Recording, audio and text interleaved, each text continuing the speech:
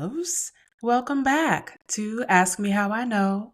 And I know it's been a minute. Your girl has been living, cultivating, resting, relocating, settling, unpacking, and resting some more. It has been several months since the last time I dropped an episode on you. Let's see, that was back in early May. It seems like a lifetime ago.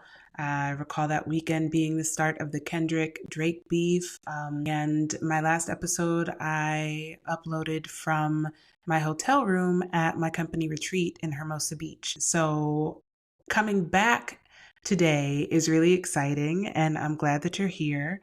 I have so much that I want to share with you. If you are a new listener and have not experienced Ask Me How I Know in its infancy and earliest iterations of the last, 4 episodes, that's great news.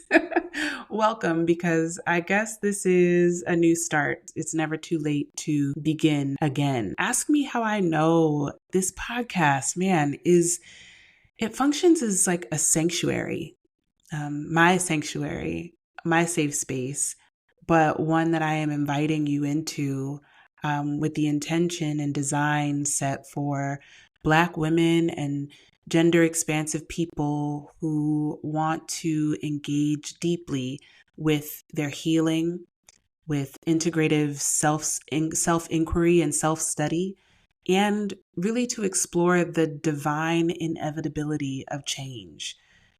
By telling my truth and sharing the wisdom of my own lived experiences, I'm offering you practical strategies and real life examples of how we get free from the inside out. And together, it's my desire that we will co-create a platform for reflection and truth sharing about what it means to choose healing, to make magic, and to relearn how to love ourselves home. So this podcast is an invitation to build a community where the complex and nuanced beauty of Black womanhood is respected, protected, honored, and celebrated.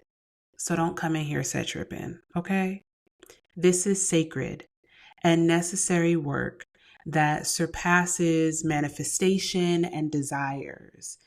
This work that we are doing, it addresses really, and beyond today's episode, but at its core, it addresses what we need and also what we value. This work invites you to be curious about how you think about yourself and how what you think about yourself influences how you feel about yourself, and how that shapes what you then believe about yourself and how you show up in the world. Now, I am a certified coach, twice certified coach. I'm a cultural strategist, a poet, a speaker, a network weaver. I'm an auntie, daughter, sister, friend. I guide Black women along their leadership journeys. And my coaching style calls your attention inside of yourself and invites you to honor every part. Together, we turn to face the parts that scare you and the parts that are afraid. I coach those of us who need to be reminded of our wholeness. I coach Black girls turned Black women who may be going through some shit and need compassionate support and a courageous co-conspirator to strategize tangible, practical ways to get through what you're going through. So, Ask Me How I Know exists for me to share stories about transformation, growth, liberation, self-acceptance, love, change, the challenges, the setbacks, the mess, the mess of the work, the all caps hashtag work of becoming our best and highest selves. For today's episode, I want to dive into an essential question. What do you need? So, I want to start by talking about something that I need to let go of. I'm going to model here. Okay. And then we'll go back and dig in the crates about needs. And I want you to hold whatever reaction, response, or feeling came up when you heard the question, what do you need? Um, I know it might activate many a things, but before you feel called to have an answer for that question, I just want you to listen to a little bit of my own process. Because, as I minister to you, I minister to myself. But we're all doing our best, right? But I want to start by talking about something that I need to let go of, which is a little bit different, but we'll get there. I need to let go of my fear of being perceived. you know, that fear is tied to judgment, and judgment for me is tied to rejection, another fear, a fear of being perceived, which is tied to a fear of being judged, which is tied to a fear of being rejected. And all of that can really shake up one's sense of self worth. It's exhausting. Am I right? And I've done so much of the capital quote hashtag work on myself with healing, growing, coaching, therapy, reading, studying, spiritual growth and transformation, my prayers, and just exploring all of the different parts of who I am. But even as I move forward with my coaching practice and my scholarship in understanding and studying Black womanist theory and the relational worldview of resetting myself or situating myself within capitalism as a Black radical feminist who wants to burn it all down, but also likes naps and good cheese, like it's a paradox wrapped in an enigma most days. But here we are, right? So I'm giving myself grace and acknowledging the exhaustion that takes place in all of this capital hashtag quotation work that we do so much of. Um, that feeds into the extractive labor and the expected labor and the unpaid labor and the invisible emotional labor that often falls at a particular mass index onto the shoulders of those of us who are coded and identify ourselves as Black women in this country. Okay. So, yeah, sometimes I am hesitant to put myself out there, so to speak. Sometimes I'm missing the energy to put myself out there. It's the desire, the energy, the will. I don't know. I just don't freaking feel like it? So there is some tension between all of the healing and good work that I have done and this need to feel safe and secure, but also connected to and belonging with community and being curious about what I am contributing to that community, um, and all the ways that sometimes I can be stuck in my head with wanting to perfect the outcome of my perception to such a degree that I just throw up my hands and say, never mind, and go without being perceived at all. Okay. When I think about this fear of being perceived and how old it is and where it came from, one of the examples that stands out for me is it reminds me of Double Dutch. As a kid, I was always too scared to jump in. I was worried about getting hit by the ropes or not being good at it or being laughed at because of it. So I never really tried. I never really fought for my time in the ropes. I tended to elect to turn or just kind of become generally disinterested in whatever was happening on the playground when the double dutch ropes came out. Um, Maybe I was somewhere playing hopscotch or drawing with chalk, playing wall ball, but double dutch was not it for the kid. So I think that that fear of failure has definitely held me back throughout my life in more ways than I feel comfortable really admitting. But here we are being vulnerable and open and sharing because this is sacred space, right?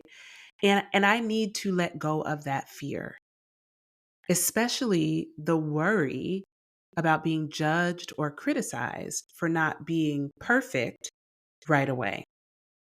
Now, we can attribute some of that to my Capricorn rising self, which really just wants to excel at anything that I do right away.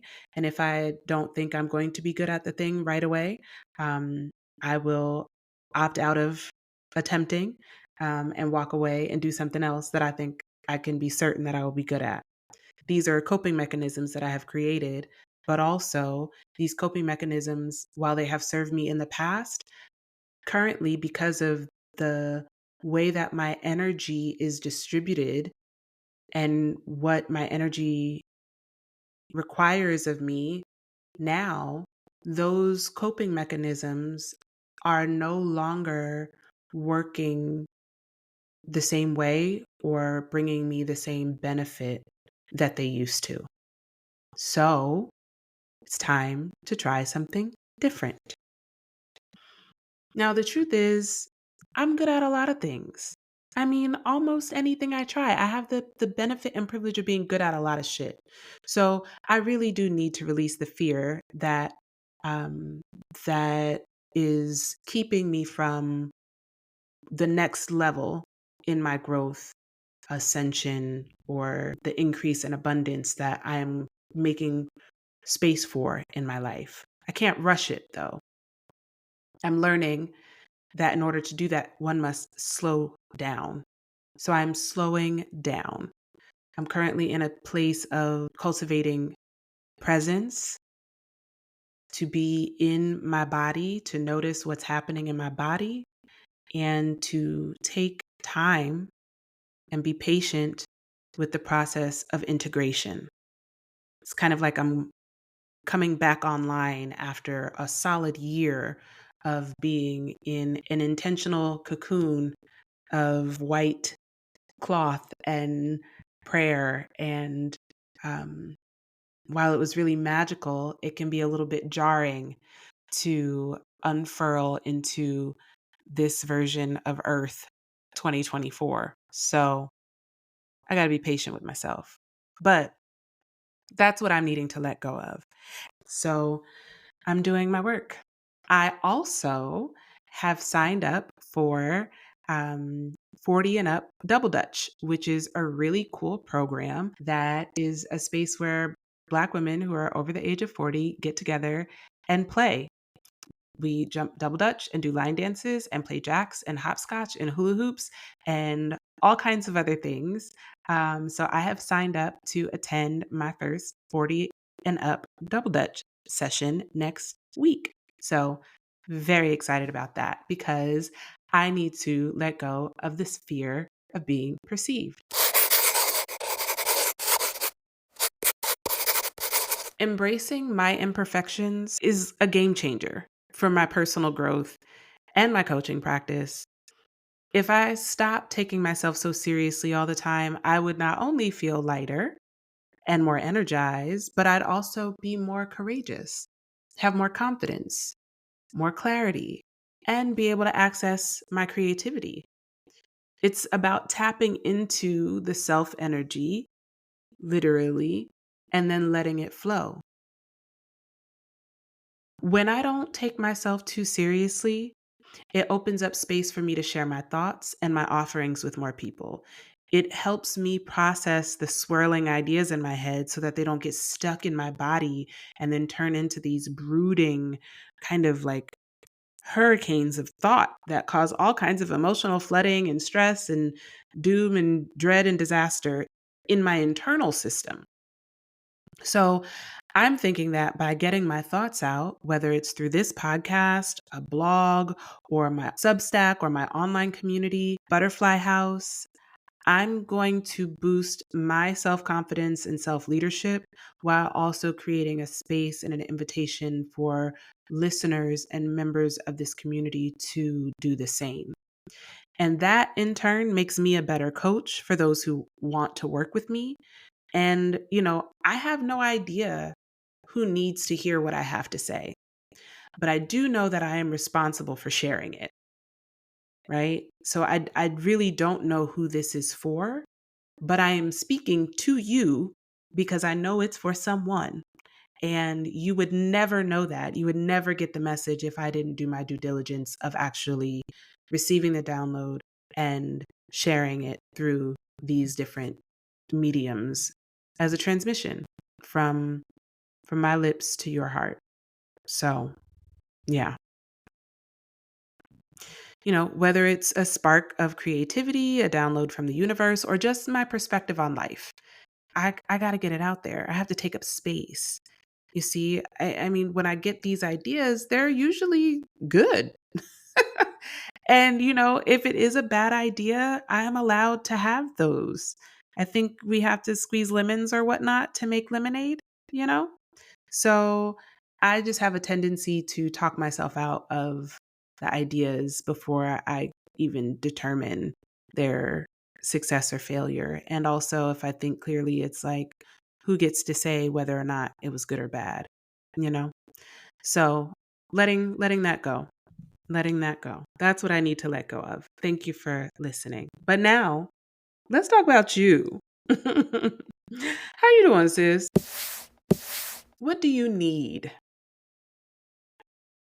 What's holding you back from jumping in and embracing your magic? And I want to explore that together, but I want to do that with some context. So this episode is not a coaching session, but I want to share some information that may help you in coaching yourself through what you may be going through, or just to apply this to some of your thoughts, inner workings, communications, relationships. And as with anything, take what resonates and leave what don't. Take the meat and leave the bones, so to speak. This is not a supplement or a replacement for therapy, but it is an offering to you for you to get some clarity, or if not clarity, some curiosity about what's going on with you. So, in this episode, we're going to sprinkle some seasoning on your emotional intelligence. Yes, we are. We're talking about needs, and you might be thinking, well, damn, Ebony, what do needs have to do with emotional intelligence? Maybe some of you answered the question, what do you need, by being like, girl, I need a booty rub and $50,000. Okay, cool. Let's talk about that. What that means and which of your core values are aligned with those needs. And if you need it, is that need currently being met, or is it an unsatisfied need? And if it's unsatisfied, what is the emotional impact of that unsatisfied need? And how is it making you feel? What is that doing to you in your life? It's all connected. Audre Lorde wrote, "Our feelings are our most genuine paths to knowledge." I have a hard time identifying a moment where I have disagreed with anything I've ever read from Audre Lorde, but that sentence really does keep me on track in a lot of ways when I think about how I feel about things. Oftentimes in relationships, I know I have conversations with my best friend, and it'll be like, how you doing? What's going on, sis? What's good? How's your week? And that can open up a gate for a short answer or a long answer from her or from me, right? Like sometimes you just need to decompress. And so when someone asks you how you're doing, the answer can go anywhere from, I'm all right, I'm good, girl, I'm making it, right? To something that requires like a, well, how much time you got? Did you bring a whole bottle of wine or you just want to have a drink? Are we doing shots or what? Right. And that's a beautiful thing that we can have those types of interactions. Sometimes, I guess the invitation here is to notice when someone asks you how you're doing, is your default response something that is guarded? How is that response functioning? Is it true? Are you saying that you're okay to avoid some other sense or feeling? And where are the spaces and relationships in your life where you can be honest with how you answer that? Do you trust the person who is asking you with your answer, with your truth as an answer? Do you trust yourself with the truth of how you are doing, really? So, something that I started doing in the listening of the download of how you doing? In that download, it's important to just be present and to listen without a desire to fix or to amend or any of those things. But another really essential question is, what do you need? And we, as a culture in society, have a really messed up relationship with the concept of need. It's like a pejorative term, a condemnation. We don't want to be needy. We don't want to need anything. It's not anyone's responsibility to take care of your needs. You have to do that yourself.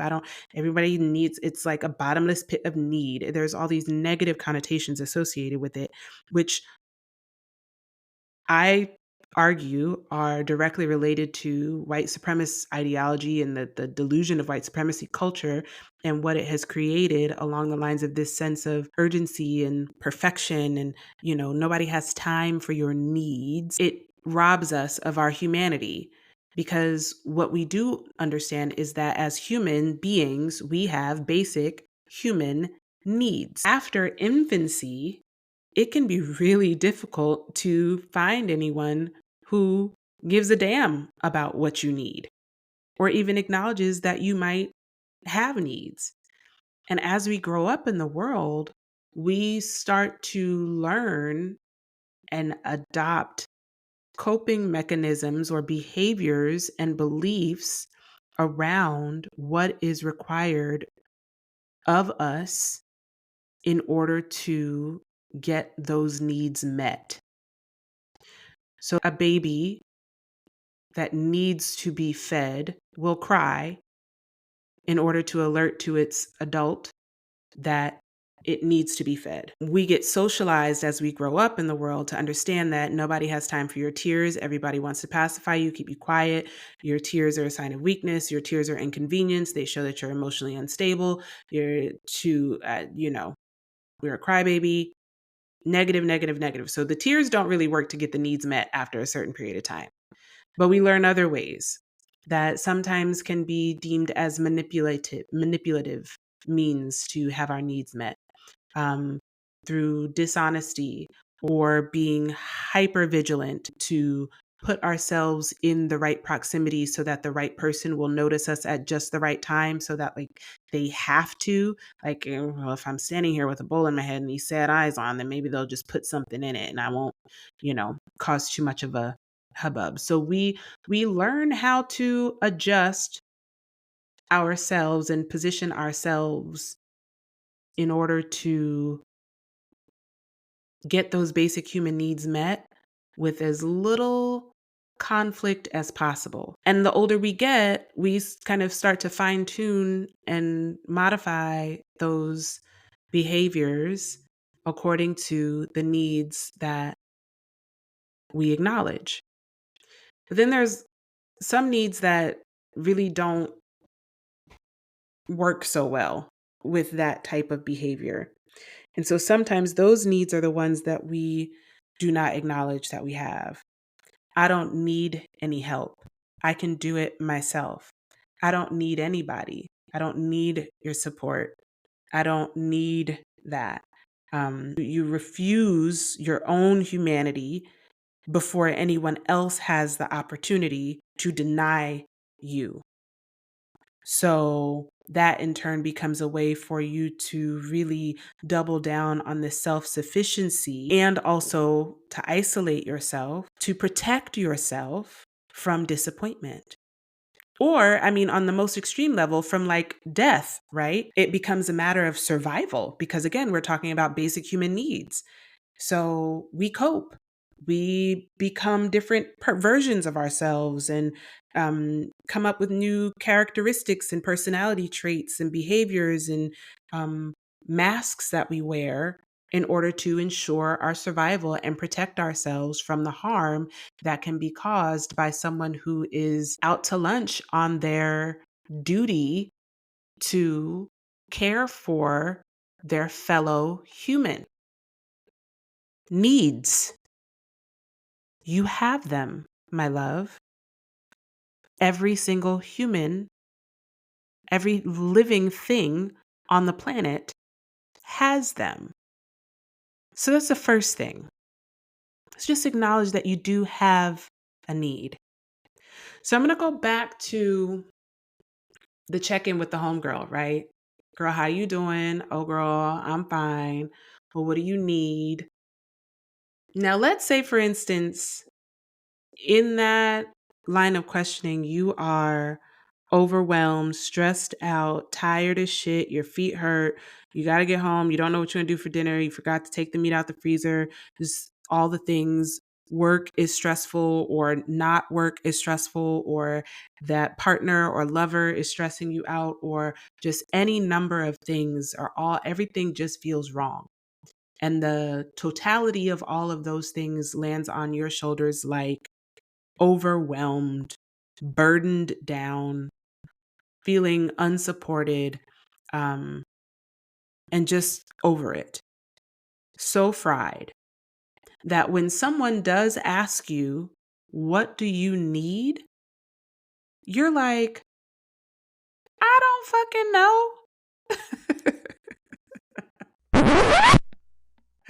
I mean, and think about it. How often has that happened where someone asks you what you need, even after you've laid down your burdens, just to get it all off your chest?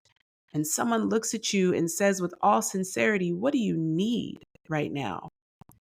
Just the question in and of itself is powerful because it gives you a moment to assess and to tap in to what you are feeling.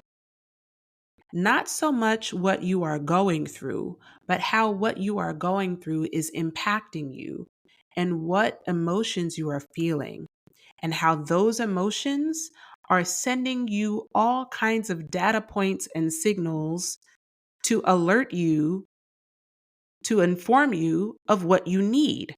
But because we've been socialized to refuse our emotions and suppress and distance ourselves from them, we can't really, our mind is short circuiting when we're looking for a solution to answer the question what we need, because we haven't given ourselves permission to feel the feeling.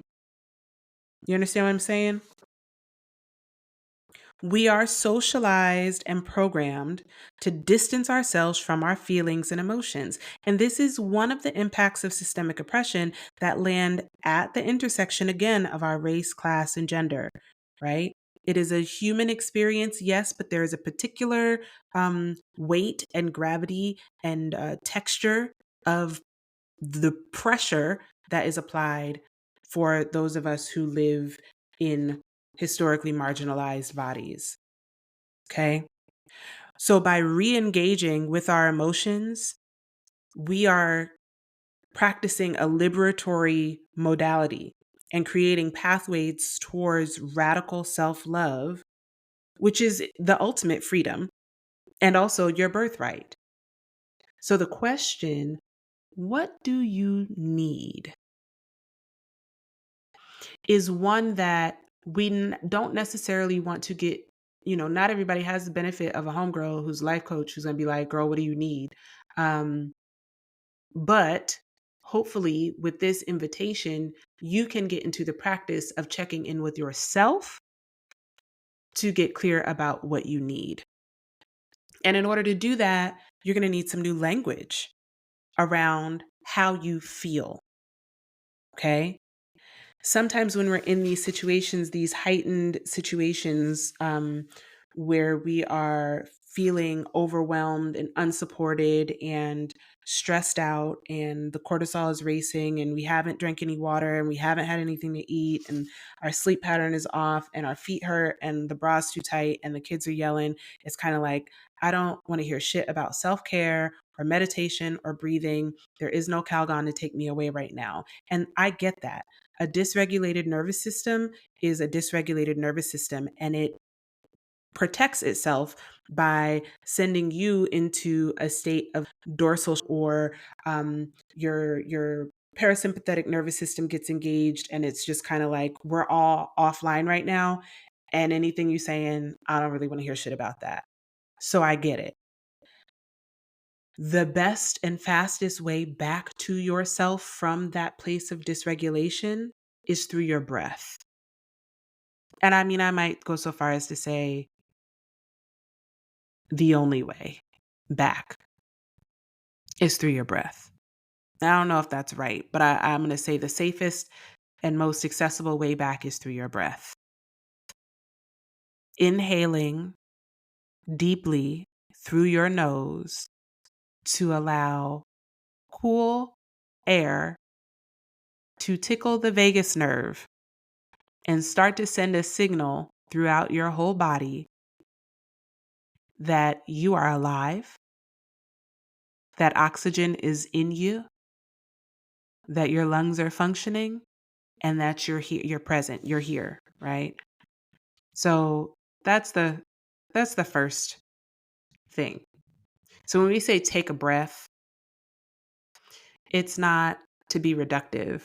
I mean, sometimes people say that to be reductive, but if you just give it a little bit more of a mindful, a little more demure, a little cutesy, take a moment to do some breathing, you can get to a place where you can begin to settle, to access the clarity that you will need in order to tease out the emotions that you are feeling and get curious about what you need so that you can create a strategy and a plan for how you might go about having that need be met in a way that is aligned with your core values of what type of human being you are, who and whose you are on this earth.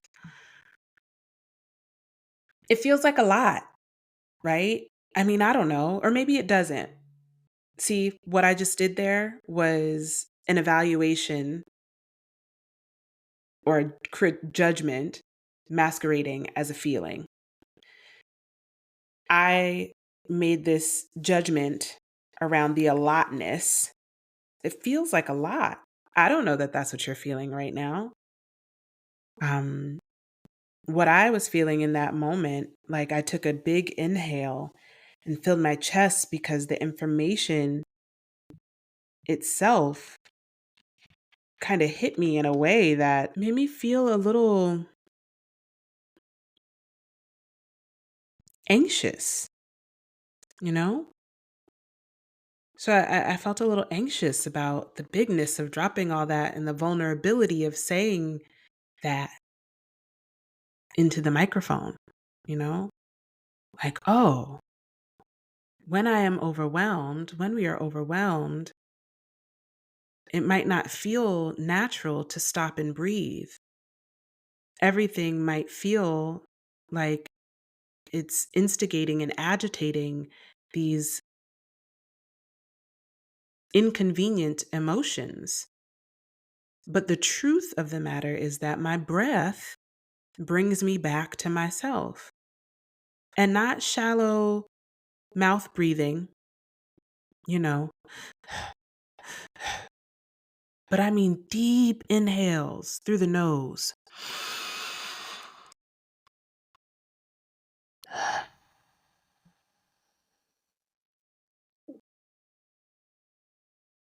Stillness.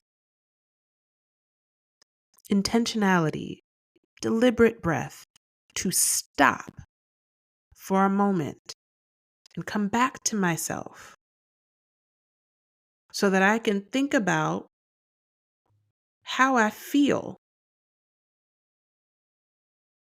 and then get curious about what that feeling is telling me I need.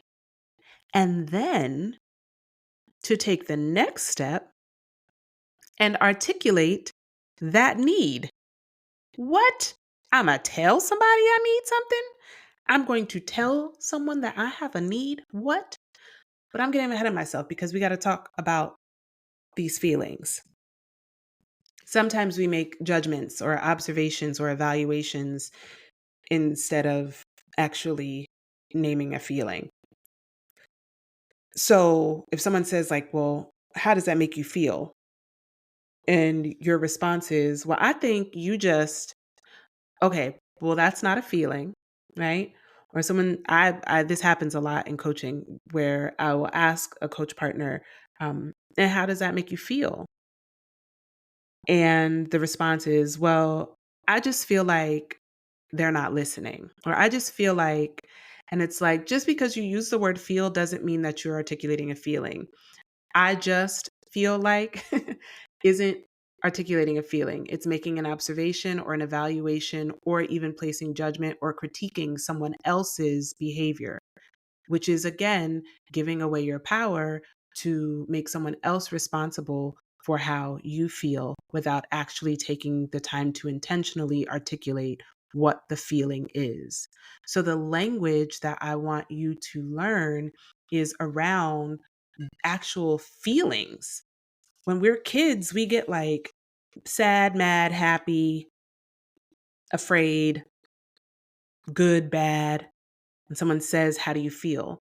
You know, especially little Black girls, like, don't nobody give a damn about our feelings societally. I say that, with a generalized statement, but it is not common in this society for the emotions and emotional capacity of young Black girls to be acknowledged in any of our social institutions. It's just flat out not the case. And as we grow and become women and mothers and partners in society, that just becomes habitually more problematic. Whereas then emotional and physical labor is extracted from us without recognition or acknowledgement of the fact that our emotions are complex and nuanced and human. So there's that. But the good news is that you at this moment have the opportunity to re-engage with your emotions and understand that there is a broad spectrum, a huge scope, so much language to describe feelings, and that you might feel more than one feeling, sometimes many, at the same time. We call it being overwhelmed, but it could also be a flood of emotional data that is coming to you because there are several needs that are pinging off in your nervous system as going unmet, such as I'm hungry, thirsty, sleepy, my feet hurt, because again, socialized into holding space for and doing the work of prioritizing the needs of people other than ourselves. So, a tip that I have for you is to go to feelingswheel.com. Get online and Google feelings wheel. The feelings wheel or a feelings inventory is a great place to start to get language for feelings so that when someone says, how do you feel? You might have a different answer than good, bad, or I don't know. To get curious about how you feel. I have a feelings inventory that gives us a list of feelings when your needs are satisfied and a list of feelings when your needs are unsatisfied. And there are general categories and then more nuanced um, feelings or emotions that are listed on the feelings inventory. I'm not sure if I can put that in the podcast notes, but email me, hello@ebonyisisbooth.com, and I will send you the feelings inventory list. But some of the feelings when your needs are satisfied, you feel affectionate, engaged, confident, grateful, peaceful, refreshed. You feel exhilarated. You feel inspired. You feel hopeful, right? You know? But when your needs are unmet or not satisfied, things that may come up are feelings of fear or being afraid, disquieted, pain, sadness, yearning, vulnerability, tension, embarrassment, confusion. You might be annoyed, aversion, right? These are also feelings that might be familiar, but we don't often have language for, and not often enough are we even asked how we are feeling. Nor do we trust the interactions to be honest with ourselves and our counterparts about what the answer to that may be. So, I want you to get some language about your feelings. Remember, we sprinkling your emotional intelligence with some sazon. Okay, we got the adobo out, little meat tenderizer on that thing, right? So, how do you feel, or how you doing? What do you need? And the answer is, I don't know. Well, what if you did know, right? What if you did know? Now, what might you be needing? It can feel like a stretch to get there, but with that feeling, it'll lead you on a pathway to the knowledge, right? What are you feeling?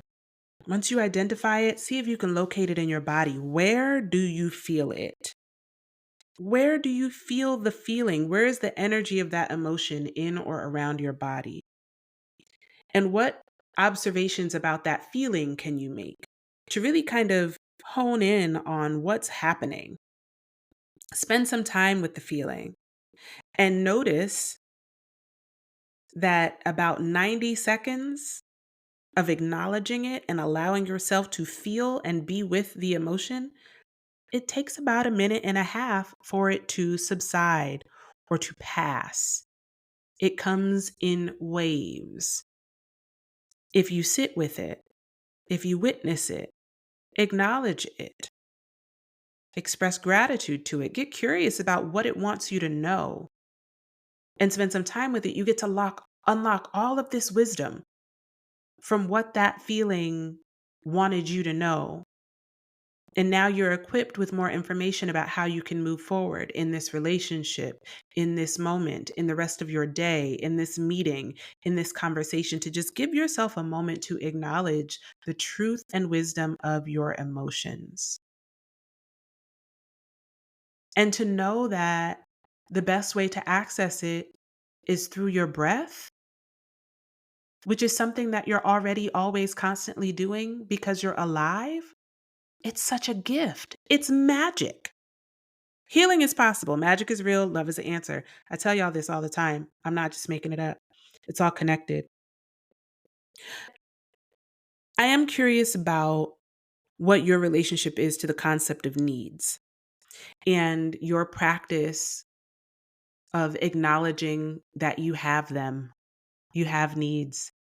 And I think that for many of us, the acknowledgement of our needs can be interrupted based off the roles that we play in community and in our families and in society, you know? And I was thinking about some of the roles that we play that require us to hold space for others more so than ourselves. So that we might be acutely aware of what everybody else around us needs or needs to do. But when someone asks us, we can't even begin to muster a thought. Or if it's not on our Google Calendar or a task list, or if it's not written down, or if you don't have a reminder set, then it doesn't happen because you are removed from an embodied level of presence with yourself because of all of the things that you are doing and have to do since you're responsible for holding space for everybody else. And that's another thing that we're socialized into. And there's an invitation here for you to start to honor your humanity, prioritize your needs in such a way that you are the first priority in your pipeline of needs execution. You come first. And situating yourself in such a way where when you come first, that actually smooths the pathway for everyone else to travel. And perhaps you'll notice that some folks' needs don't fit in your pipeline anymore or don't belong there, or they need to be rerouted on another path or returned to sender. I don't know. But some of these roles that we get, I wrote down a couple: caregiver, the nurturer, which is the mother, which I think is different from nurturer. I don't know, but this is just coming to me. The fixer, you gonna fix I know what you need. I'm gonna fix it. I got it. I'm gonna just do it. Mom and them need. I'm gonna go get it. Right. The manager got everybody's, agendas set. Everyone's off to their activities when they need to be there, how they need to get there. You taking meetings from the car, picking up this one from soccer practice while that one. Now, listen, I'm just naming some of the roles. None of this is intended to place blame or say that anyone that you are doing anything less than an amazing job at handling your business. And there is also an invitation for you to prioritize yourself or get curious about how often you put others over you or put others' needs in front of your own, and to what extent, and what the emotional impact or toll that has on your life, what that is, what that looks like. But another role, like the thinker, the overthinker. I'm an overthinker. I'm an overthinker. Like, I'm gonna think about one thing. I'm gonna do is think about it a million times. I thought about this podcast episode all day long before I press record, just thinking, child. Another interesting role as it relates to needs is the baby girl, right? Where someone just always did it for me. So I don't know how to do it myself. I don't know what I need because someone has always told me what I needed and just did it and just met my needs, had my needs met without it. And that is an interesting dynamic, especially in like sibling relationships and hierarchies. And an interesting place where like resentment, can show up, and compassion is so needed. Um, Also, the word accountability pops into my head around what that dynamic can do to relationships. Um, but the strong one or the strong friend, right? If you're the strong friend, do you get to have needs? Do people ever ask you what you need when you're the strong friend?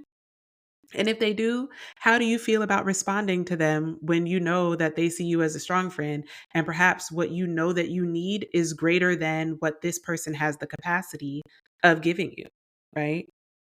So you just rather not have the need or acknowledge that the need exists in order to stay in connection or in community with this person.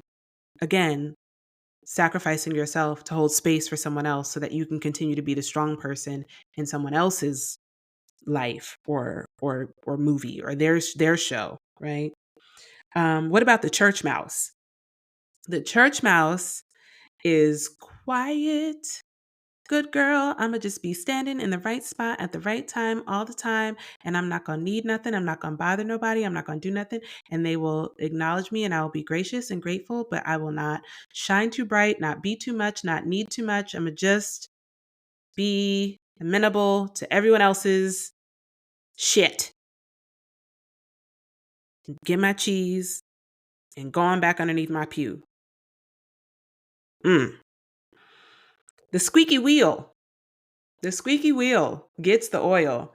And I have had some squeaky wheel humans in my life and in relationships who I have held great resentment for as a strong one, because it seemed like, you know, we were not gelling. But much respect due to the squeaky wheels of the world who get their needs met by simply asking for the things that they need or want. Perhaps the squeaky wheel is asking for a want more than a need, but either way, they're going to ask for it in order to get the attention that they need. or the feeling of approval or affirmation that they need, or acceptance, whatever level of connection that they are seeking, they will squeak to get it. Okay. The troublemaker. The troublemaker felt different from the squeaky wheel because the troublemaker doesn't necessarily need that to be like positive. It just needs to be some kind of attention, right? Some kind of connection, some type of meaning, some type of autonomous reaction to say that I will be spontaneous and get this thing, and people will have to see me, right? If I make trouble, if I make noise, and I mean, a lot of good trouble has created a lot of progress and change. And again, I'm mostly curious about what the emotional needs or what the emotional impact on folks who are constantly putting their bodies in the way, throwing their whole selves, their whole physicality um, at authority, at issues. Like, what are the repercussions? What's the impact of that? And how is that affecting you? How is it working for you? Is it something that you would seek to change? Um, then the troublemaker popped out. Next thing I wrote down was the diplomat. I've definitely been a diplomat in my life where I know how to hold space for everybody so that we will have no war. We will create Switzerland. Everybody, and I mean, now I'm out here holding space for everybody else. And on the inside, I am, you know, 38 hot, ready to pop off. But I am going to suppress my emotional reaction or reality and my response and my needs in order to avoid conflict between mutual parties. That also comes along with like a level of hypervigilance of, being having this heightened sense of awareness to constantly be ready to diffuse conflict for other people. That is an energetic drain. It's doing emotional labor of other folks who, and also robbing them of their autonomy to be, or their, I don't know, their access to their own autonomy to be accountable for the consequences of their own emotional reactions or behaviors or responses, right? I'm all worried up somebody else's business instead of focusing on what I need. There's the hustler. You know, I'm a hustle. I'm gonna go out and get it. I'm gonna go get it. I'm gonna get the bag. I'm gonna get the man. I'm gonna get the job. I'm gonna get the promotion. I'm gonna get the raise. I'm gonna get it. I got it. I'm gonna get it. Boom, I got it. I'm gonna get it. Get it, get it, get it, get it, get it. And oftentimes that role or that identity puts you in a place where you become like, that's where the bottomless pit of need comes in, where it's like all of these things, the things, the accolades, the certifications, the degrees, the awards, the handbags, the shoes, the cars, the men, the da da da da da. Like, it never feels like enough. There's some other emotional um proofing that is taking place where it's like, what is it? What is the thing that you really, really need? What are you feeling? What emotion are we managing, suppressing, soothing, or appeasing, instead of actually addressing an underlying unmet need that would allow you to feel as though you are enough? And what might it look like if you would accept that as a reality for yourself? So, what do you need? What role are you currently playing in your community, in your life, in your walk? Um, I'm curious, genuinely open and curious about it. So, with that, our feelings are our most genuine paths to knowledge. How you doing, sis? What do you need? That's that's the long and short of it for this week. How you doing? And what do you need? There's so many more words behind good, I'm fine. And there's so many emotions that are tied to the ways in which we've been conditioned to those responses. There's shame, there's, you know, responsibility, there's duty, there's class and status, and all of these other components. But just if we take it down to the brass tacks, I want you to get curious about how you feeling and what those feelings want you to know. What need are they trying to communicate to you?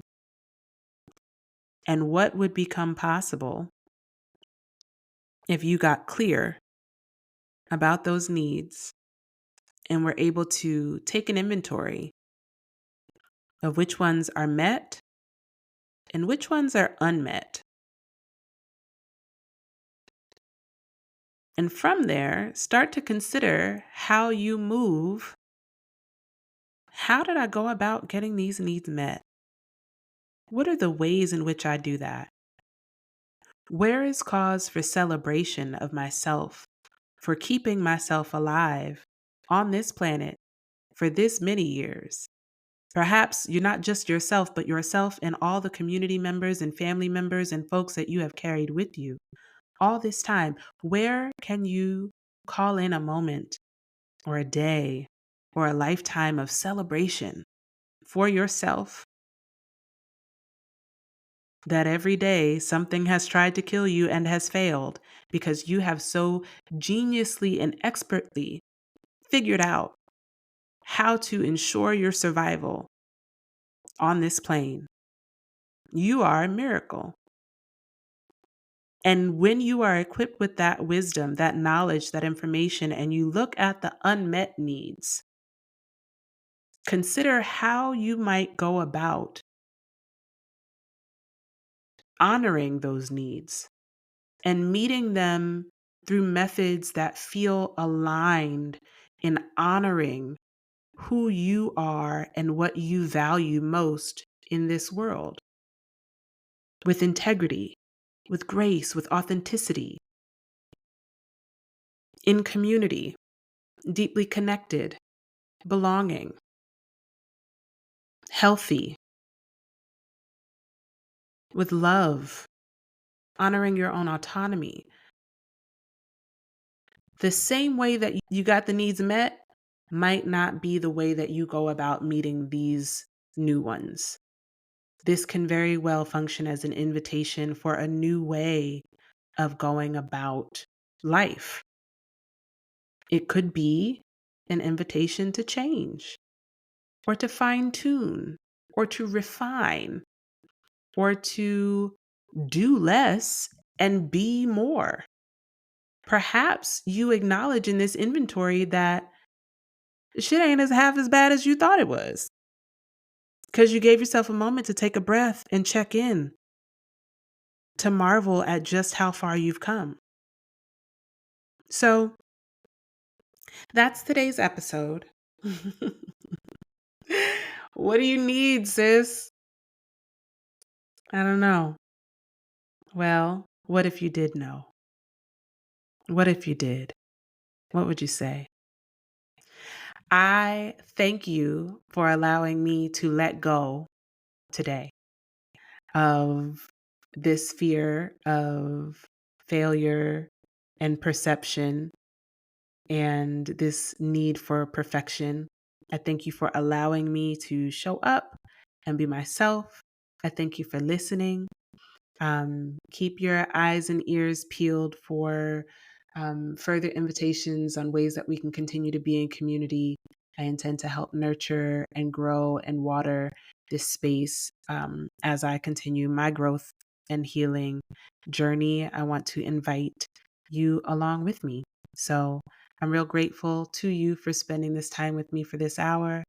I wish you nothing but peace, love, and prosperity. I want you to be light and to shine so bright.